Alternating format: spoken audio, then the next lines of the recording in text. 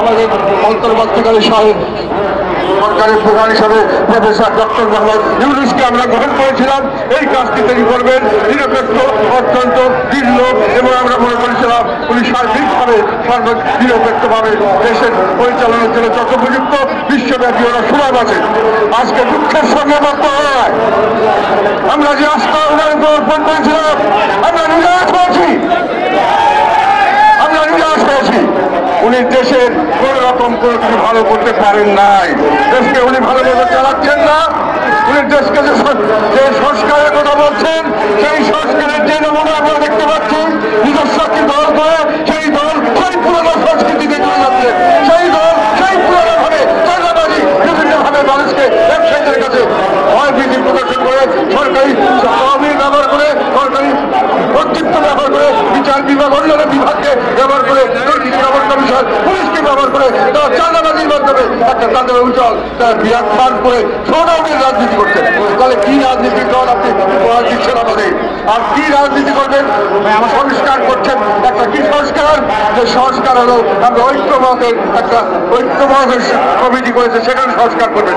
যারা সংস্কার করছেন তারা জ্ঞানীগুণী ব্যক্তি, আমরা তাদেরকে ওই রকম প্রসারণ করি না। কিন্তু মনে রাখতে হবে, রাজনৈতিক সংস্কারের সঙ্গে দেশের মাটি মানুষের সম্পর্ক থাকতে হবে। সেখানে আর্থসামাজিক এবং ঐতিহাসিক ঐতিহ্য এবং এগুলোর উপর ভরসা করে সামনের দিকে মানুষের ধ্যান ধারণা যারা বুঝবো, তারাই সঠিক সংস্কার করতে পারবে। বর্তমানে যারা আছেন তারা এইসব অভিজ্ঞ নয়, তারা দেশের রাজনীতি জানেন না, দেশের ইতিহাস ঐতিহাসিক যে প্রেক্ষাপট জানেন না, দেশের সংস্কৃতি জানেন না, দেশের আর্থসামাজিক অবস্থায় রাজনীতি কিভাবে চলছে সেটা তারা জানেন না। তারা কতগুলো থিওরিটিক্যাল জিনিস প্রকাশ করছেন এবং এগুলোকে নিয়ে কিছু সংখ্যক মানুষের সঙ্গে আলাপ করছেন। দেশকে বিভক্ত করে প্রত্যেক মানুষকে ভাগ দিয়েছেন। আমরা আওয়ামী লীগ সহ আর অনেক দল মিলে সবসময় কোনো নির্বাচনে 50 ভাগের কম ভোট আমরা পাইনি। তাদের কোনো বাদ দিয়ে রেখেছেন। উনি বলছেন যে আমরা ঐক্যবদ্ধভাবে সব কিছু করব। উনি করছেন সম্পূর্ণ অনৈক্যভাবে সব করছেন। কাজে আমরা বলতে চাই, আজকে আমাদের ঘোষণা হলো আমরা বর্তমান তত্ত্বাবধায়ক সরকারের প্রধান ডক্টর মোহাম্মদ ইউনূসকে আমরা সম্মান করব। উনি আমাদের একমাত্র নোবেল লরেন, উনি আমাদের সম্মানের বলতে আমাদের মাথার মুকুট। আপনি যেখানে ছিলেন সেখানে থাকুন, আপনার উপর আমাদের আর কোনো আস্থা নেই। ইন্টারিম গভর্নমেন্টের থেকে আপনি চলে যান।